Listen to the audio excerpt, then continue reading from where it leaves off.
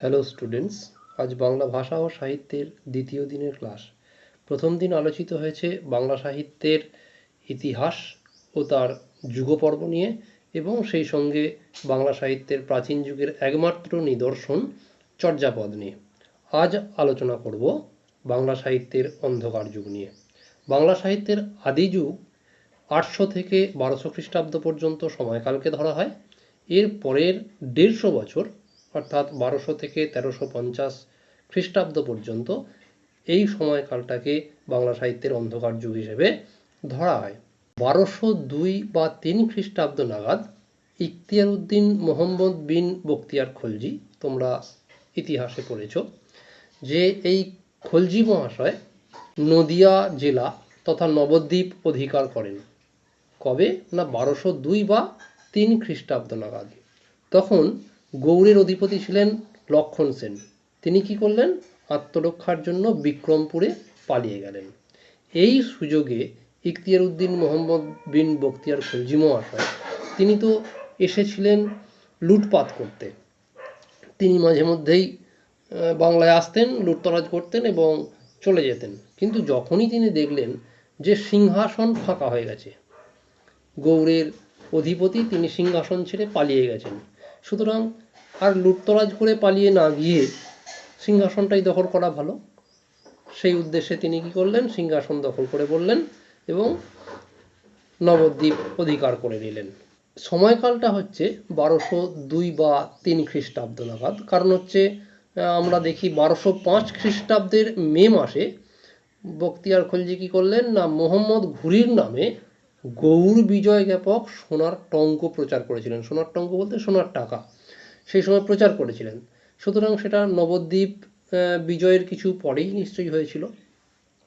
যাই হোক, 1203 খ্রিস্টাব্দ থেকে বখতিয়ার খলজি যে বাংলাদেশ জয় করলেন, তখন থেকেই শুরু হলো মুসলিম রাজত্বের সূত্রপাত। সেইটা চললো কতদিন না 1757 খ্রিস্টাব্দ পর্যন্ত, সিরাজদৌলার পতনের সময় পর্যন্ত। অর্থাৎ 550 বছর ধরে বাংলায় মুসলমান শাসন চলেছে। এই সময় নানা উত্থান পতন পরিবর্তন, সমাজ অর্থ রাজনীতি ধর্ম সমস্ত ক্ষেত্রেই বিভিন্ন পরিবর্তন লক্ষ্য করা যায়। এটা স্বাভাবিক ব্যাপার। তাহলে এই 550 বছরের প্রথম 150 বছর সময়কালকে বাংলা সাহিত্যের অন্ধকার যুগ হিসেবে ধরা হয়। অর্থাৎ 1200 থেকে 1350 খ্রিস্টাব্দ। কেন 1350 খ্রিস্টাব্দ? না 1342 খ্রিস্টাব্দে ইলিয়াস শাহী বংশের প্রতিষ্ঠা হয়েছে। সেই ইলিয়াস শাহী বংশের প্রতিষ্ঠাতা হলেন ইলিয়াস শাহ। তিনি যে সময়টায় সিংহাসনে আরোহণ করলেন, সেই সময়কাল পর্যন্ত সময়কেই অন্ধকার যুগ হিসেবে ধরে নেওয়া হয়। সেটাই রাউন্ড ফিগারে ধরা হয় যে 1200 থেকে 1350 খ্রিস্টাব্দ। অর্থাৎ এই 150 বছর সময়কালটা হলো বাংলা সাহিত্যের অন্ধকার যুগ বা ডার্ক এজ। কেন অন্ধকার যুগ সে বিষয়ে এবার আলোচনা করা যাক। তুর্কি আক্রমণের পরে বাংলায় অনিশ্চয়তা ও অরাজকতার ঝড় বইতে লাগলো। ফলে কি হলো না দেশের মধ্যে শিক্ষা সংস্কৃতির যে প্রধান পীঠস্থান ছিল বা প্রধান কেন্দ্র ছিল, সেইগুলো সবার আগে বিধ্বস্ত হয়ে গেল। তার ফলে কি হলো? দেশে একটা আতঙ্কপূর্ণ পরিবেশ সৃষ্টি হলো, রাজ্যগুলো খণ্ড খণ্ড হতে লাগলো। এই পরিবেশের মধ্যে সুষ্ঠু শিল্প সাহিত্য গড়ে উঠতে পারলো না। দ্বিতীয়ত কি না প্রাচীন যুগের বা মধ্যযুগের সাহিত্য, সেই দিকে যদি আমরা দেখি তাহলে দেখব তখনকার সাহিত্য ছিল রাজপুষ্ট। অর্থাৎ কবিরা ছিলেন রাজার সভাকবি বা রাজার অনুগ্রহপ্রাপ্ত কবি। সেই সময় কি হলো না যারা ব্রাহ্মণ কবি পণ্ডিত ছিলেন বা বৌদ্ধ পণ্ডিত ছিলেন, আমরা প্রাচীন যুগের কাব্য বলতে দেখি চর্যাপদ, সেগুলো বৌদ্ধ পণ্ডিতরা রচনা করেছেন। সুতরাং বৌদ্ধ পণ্ডিত এবং ব্রাহ্মণ কবি পণ্ডিত তারা কি হলেন? অনাথ হয়ে পড়লেন। অর্থাৎ যখনই দেখব যে শিক্ষা সংস্কৃতির প্রধান কেন্দ্র ধ্বংস হয়ে যাচ্ছে, তখন তার পুষ্ট যে সমস্ত কবিতাকে কেন্দ্র করে যে সমস্ত কবি বা পণ্ডিতের সহাবস্থান, তারা অনাথ হয়ে গেলেন। ফলে বাংলা সাহিত্য সৃষ্টি আর হয়ে উঠল না।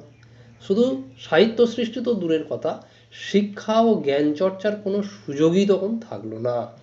তৃতীয়ত কি না, বাংলার মাটিতে তখন অর্থাৎ তুর্কি আক্রমণের পরবর্তী সময়ে রাজ্যলিপ্সা, জিঘাংসা, যুদ্ধ, হত্যা, তারপরে আততায়ীরা হাতে মৃত্যু, এই সমস্ত নারকীয় ঘটনাগুলো ঘটতে লাগলো। এর ফলে সাধারণ যে প্রজা, তাদের জীবনও উৎপীড়িত হতে লাগলো। লুণ্ঠন, অর্থনৈতিক অনিশ্চয়তা তৈরি হলো, ধর্মহানির সম্ভাবনা এসে গেল। এইরকম একটা উৎকট পরিস্থিতির সৃষ্টি হলো। তার ফলে সৃজন কর্ম আর সম্ভব হয়ে উঠল না। তাই বাংলা সাহিত্য সেভাবে সৃষ্টি হয়নি। চতুর্থত, সেই সময় কি হতে লাগলো না, একটা ধর্মান্তরিতকরণের চেষ্টা হতে লাগলো। গায়ের জোর দেখিয়ে বা অস্ত্রের ভয় দেখিয়ে তখন ধর্মান্তরিতকরণের চেষ্টা করা হচ্ছিল। বিশেষ করে তখন বাংলা সমাজ ছিল, বিশেষ করে গৌড়বঙ্গ যেটা, সেই জায়গাটা, সেখানে কি ছিল না, হিন্দু সমাজ ছিল ব্রাহ্মণ সংস্কৃতি কেন্দ্রিক। ব্রাহ্মণরা সমাজের মাথা ছিল। সুতরাং তাদেরকে যদি সবার আগে বশ করা যায়, তাদেরকে ধর্মান্তরিতকরণ করা যায়, তাহলে বাকি সমাজ সহজেই ধরাশায়ী হবে। সুতরাং সবার আগে ব্রাহ্মণদের ওপর আক্রমণ হয়েছিল। এর ফলে কি হলো না, ব্রাহ্মণ কেন্দ্রিক যে পণ্ডিত সমাজ, ব্রাহ্মণ কবি পণ্ডিত, তখন তো ব্রাহ্মণরাই পড়াশোনা করার সুযোগ পেত বা তারাই পণ্ডিত ছিল, তারা আতঙ্কিত হয়ে পড়ল। ফলে সাহিত্য সৃষ্টির পক্ষে একটা অন্তরায় তৈরি হলো, যার জন্য বাংলা সাহিত্য আর সৃষ্টি হতে পারল না। বাংলা সাহিত্য কেন, তখন সংস্কৃত গ্রন্থ বা টিকা টিপ্পনী সেগুলোও খুব কম পাওয়া গেছে, সেগুলোও সেইভাবে রচিত হয়নি। সেই জন্যই এই সময়কালকে বাংলা সাহিত্যের অন্ধকার যুগ বা তামস যুগ বলা হয়। যেটা আমাদের এখানে অন্ধকার যুগ, সেটা ইউরোপে দি ডার্ক এজ, তার সাথে তুলনা করা হয়েছে।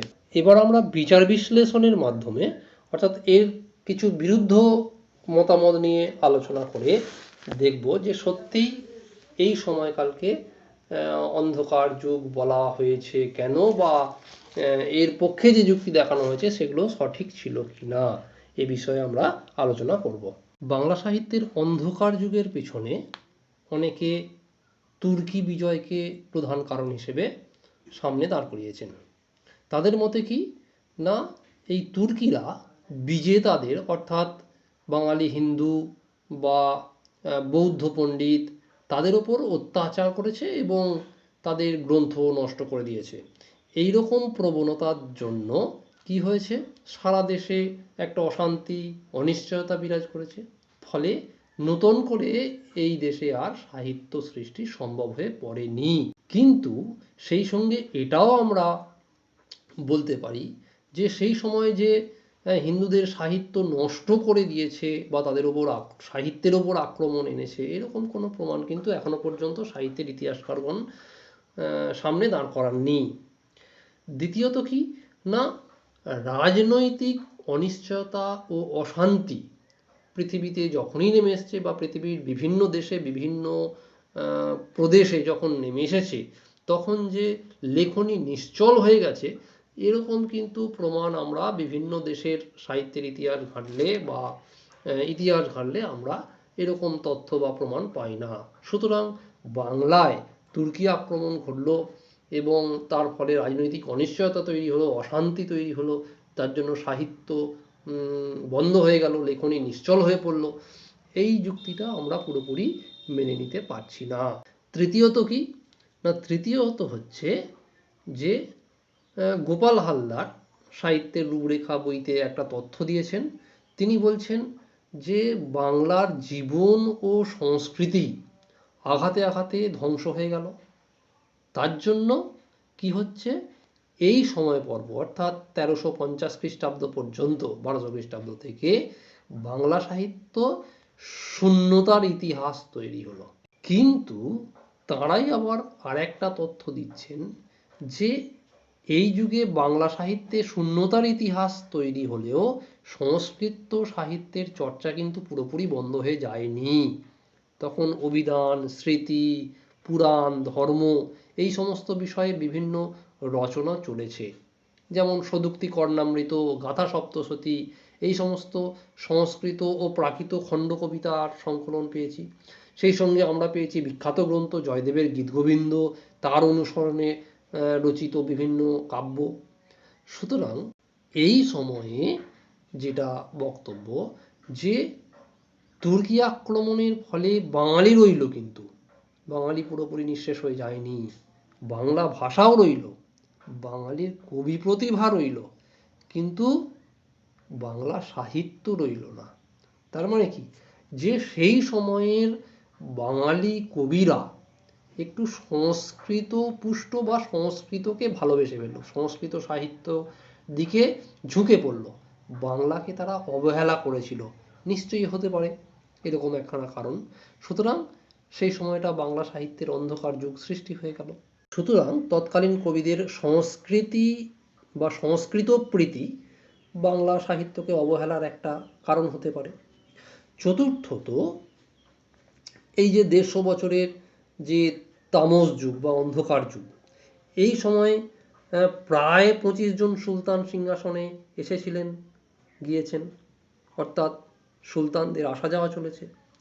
সেই 25 জন মধ্যে সবাই নিশ্চয়ই খুনি ছিলেন না। দেশের সর্বত্র গ্রামে গঞ্জ পরগনা সমস্ত জায়গায় নির্বিচারে সংঘর্ষ বা রক্তস্রোত বয়ে যায়নি।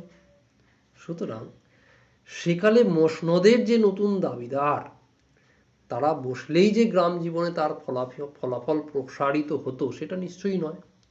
সুতরাং যে রাষ্ট্রীয় সংঘাত বা সংঘর্ষ, সেটা প্রধানত রাজধানীর চারপাশেই সীমাবদ্ধ থাকে প্রথম, তারপরে চালিয়ে যায়। তখনও নিশ্চয়ই তাই হয়েছে, যে রাজধানীর চারপাশেই সেই সংঘাত সংঘর্ষ সীমাবদ্ধ ছিল, গ্রাম জীবন হয়তো নির্বিবাদে বয়ে চলত। তা সত্ত্বেও কিন্তু বাংলা সাহিত্য সৃষ্টি হয়ে ওঠেনি। ফলে শুধু যে তুর্কি আক্রমণ এবং তার পরবর্তী সময়ে যে অত্যাচার, সংঘর্ষ, অস্থিরতা, অনিশ্চয়তা, অশান্তি ইত্যাদি কারণগুলোর জন্যই যে বাংলা সাহিত্য তখন সৃষ্টি হয়নি, তা হয়তো নয়। পঞ্চমত কি, কখনো কখনো গ্রামের দূরতম প্রান্ত পর্যন্ত, অর্থাৎ প্রত্যন্ত গ্রামেও ইসলাম ধর্ম প্রচারের জন্য পীর ফকিরের দল সক্রিয় হয়ে উঠেছিল। সামান্য প্রয়োজনেই তারা রাজশক্তির সাহায্য নিত, অর্থাৎ সশস্ত্র যে সৈনিক তাদের ডেকে পাঠাতো। এর ফলে কি হলো, যে সাধারণ মানুষ অতিষ্ঠ হয়ে পড়ল, ভীত হয়ে পড়ল, এবং সেই সঙ্গে সঙ্গে তুর্কির সৈন্য ও অভিজাতরা গ্রামের কৃষিপণ্য জোর করে দখল করে নিল, শ্রমজীবীদের বেগার খাটাতে লাগলো। এর ফলে সাধারণ মানুষ অতিষ্ঠ হলো। অবশ্য তখন সাধারণ মানুষের সাথে সাহিত্যের তেমন যোগ ছিল না। সাহিত্য সৃষ্টি করত ব্রাহ্মণ পণ্ডিতরা এবং বৌদ্ধ পণ্ডিতরা। দেখা গেল যে সেই সময় ব্রাহ্মণ পণ্ডিতরা অপমানিত হতে লাগলো, তারা শক্তিহীন হয়ে পড়ল, যার জন্য কি হলো, বাংলা সাহিত্য সৃষ্টি হলো না। ষষ্ঠত আমরা কি বলতে পারি, বিশ্ব ইতিহাসের দিকে যদি আমরা তাকাই, তাহলে দেখব পৃথিবীর অনেক দেশেই অনেক সময়ই যে অত্যাচারী শাসক এসেছেন, কিন্তু তাদের সময়ে সাহিত্য সৃষ্টি বন্ধ হয়ে যায়নি। তাহলে এই তুর্কি আক্রমণের পর বাংলা সাহিত্য সৃষ্টি হলো না কেন?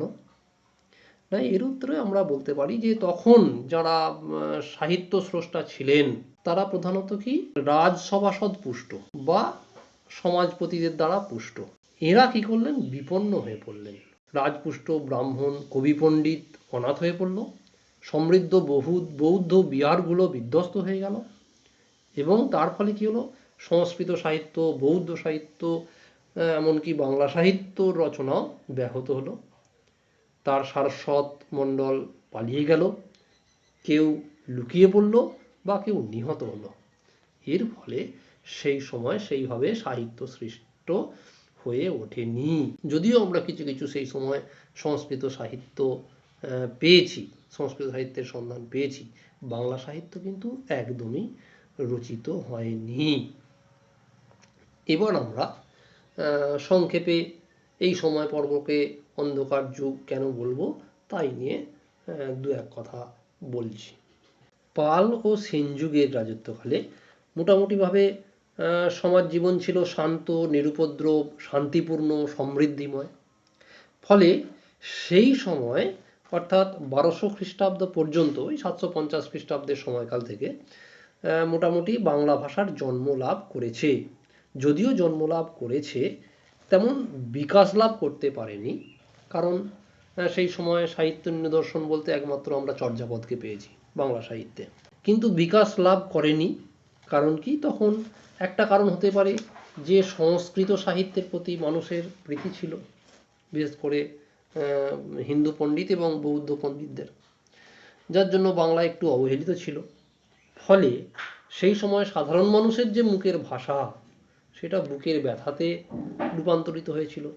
অবহেলার অন্ধকারে তাদের থাকতে হয়েছিল বাংলা সাহিত্যকে। শূন্য পুরাণ, নিরঞ্জনের রুসমা, এই সমস্ত গ্রন্থ থেকে আমরা জানতে পারি যে সেই সময় রক্ষণশীল ব্রাহ্মণদের দ্বারা বৌদ্ধরা বেশ কিছু নিপীড়িত হয়েছিল। ফলে তারা বাংলার প্রতি সেইভাবে শ্রদ্ধা বা বাংলা ভাষার প্রতি সেই দরদ দেখাতে পারেনি। ফলে বাংলা সাহিত্য সেইভাবে সৃষ্টি হয়নি, এটা একটা কারণ হতে পারে। এরপর কি বলা যায় না, তুর্কি আক্রমণ যখন ঘটল, এর পরবর্তী সময়েই তুর্কিরা প্রথমেই কার মুখোমুখি হলো না, সংস্কৃত ভাষার মুখোমুখি হলো সাহিত্যের দিক থেকে, আর ব্রাহ্মণ পণ্ডিতদের আচার নিষ্ঠতার সঙ্গে পরিচিত হলো, তাদের ফোঁটা তিলকের সঙ্গে পরিচিত হলো। ফলে তাদের সঙ্গে যে বাংলা ভাষা সাহিত্য যে সংস্কৃতি, তার শতযোজন দূরত্ব তৈরি হলো। তাদের সাথে এই বাংলা ভাষার পৃষ্ঠপোষকতার অভাব দেখা দিল, বা তারা বাংলা ভাষার পৃষ্ঠপোষক হয়ে উঠতে পারল না। এছাড়া যারা বিজয়ী হলো অর্থাৎ তুর্কিরা, এবং সেই সঙ্গে যারা পরাজিত হলো আমাদের বাংলার মানুষরা, তারা কিন্তু নিজেরাই আত্মকলহে অনেকখানি শক্তি ক্ষয় করে ফেলেছে। এর জন্য নিজেদের জীবন, নিজেদের সম্পদ সামলাতেই অনেকটা ব্যস্ত হয়ে পড়েছিল। সুতরাং সাহিত্য সৃষ্টির দিকে মনোসংযোগ করা তাদের পক্ষে কঠিন হয়ে পড়েছিল। তবে কিছুদিন পরেই তুর্কিরা, অর্থাৎ যারা বাংলাকে জয় করল, তারা যে বাইরের মানুষ, অর্থাৎ বাইরে থেকে এসে আমরা লুটতরাজ করছি ইত্যাদি, যে আগের যে ভাবনা ছিল, সেই ভাবনার পরিবর্তন হতে লাগলো। কারণ তারা দেখলো যে এই সিংহাসন দখল করার জন্য এদেশের মানুষ আর তাদের বিরুদ্ধে বা তাদের বিপক্ষে নেই।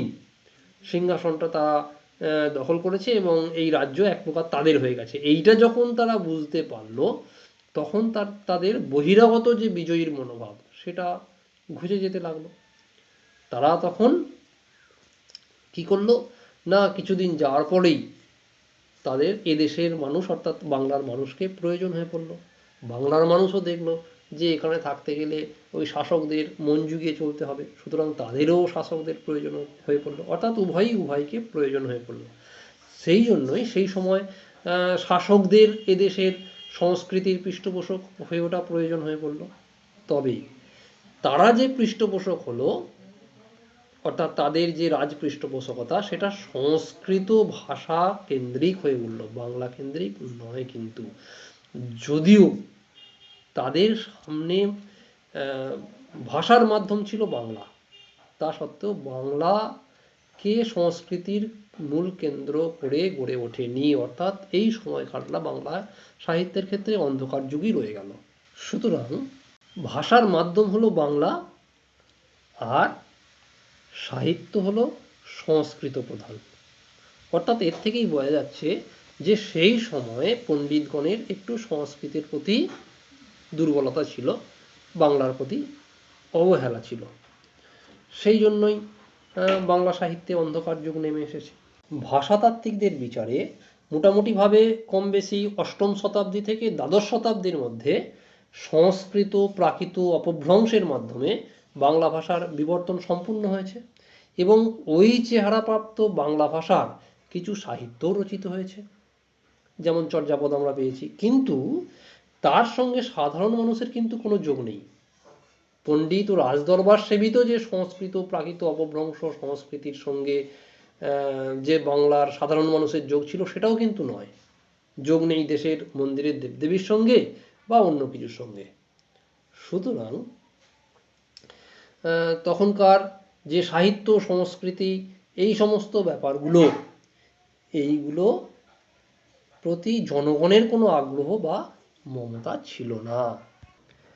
এমনকি তুর্কি আক্রমণের 500 বছর আগেও হিন্দু বাঙালিদের বাংলা ভাষা ও সাহিত্য প্রতি তেমন দরদ ছিল না। তাদের দ্বারা ভাষায় বাংলা ভাষা ঘৃণিত ছিল, অবহেলিত ছিল।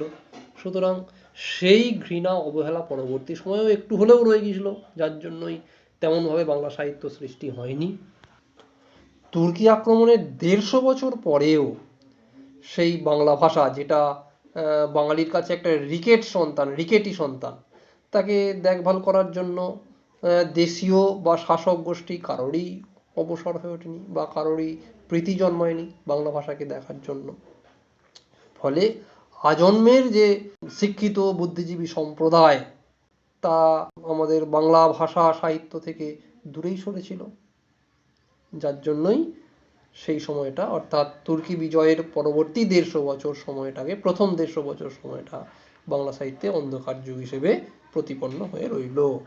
তুর্কি বিজয়ের পরবর্তী 150 বছর সময়কালকে বাংলা সাহিত্যের অন্ধকার যুগ হিসেবে চিহ্নিত করার শেষ সিদ্ধান্ত হিসেবে আমরা বলতে পারি যে দেশের অগণিত জনসাধারণ তারা শিক্ষিত ছিল না বা অশিক্ষিত ছিল। তাদের দ্বারা শিল্প সাহিত্য চর্চা করা সম্ভব ছিল না। শিক্ষিত হিন্দু সমাজ তারাও এই ভাষাকে, অর্থাৎ বাংলা ভাষাকে বর্জন করেছিল। আবার নবাগত বা নবগঠিত যে মুসলমান সমাজ, অর্থাৎ তুর্কি আক্রমণের পরে যে শাসক গোষ্ঠী, তারা প্রাথমিক পর্যায়ে এই ভাষার স্বরূপ উপলব্ধি করতে পারেনি। কারণ কি? তারা প্রথমেই মুখোমুখি হয়েছিল সংস্কৃত ভাষার এবং আচারনিষ্ঠ ব্রাহ্মণদের সঙ্গে। ফলে বাংলা ভাষার স্বরূপ তারা উপলব্ধি করতে পারেনি। এর আরেকটি কারণ হচ্ছে যে বাংলা ভাষার গঠন পর্ব তখনও পুরোপুরি হয়নি বা সমাপ্ত হয়নি। ওই অল্প একটা সাহিত্য, অর্থাৎ ওই চর্যাপদের মতো সাহিত্য শুধুমাত্র রচিত হয়েছে, অর্থাৎ সূচনা পর্ব গঠিত হয়েছে মাত্র। শিক্ষিত বৌদ্ধরাও তারা বাংলা সাহিত্যকে আর পুষ্ট করতে পারল না। কারণ তুর্কি আক্রমণের পরবর্তী সময়ে তাদের বৌদ্ধ বিহারগুলি ধ্বংস হয়ে গেল এবং তারা অর্থাৎ বৌদ্ধ পণ্ডিতরা অনাথ হয়ে গেল। ফলে কি হলো? তারা ভাষা চর্চা ও সাহিত্য সৃষ্টি থেকে দূরে থাকতে বাধ্য হলো।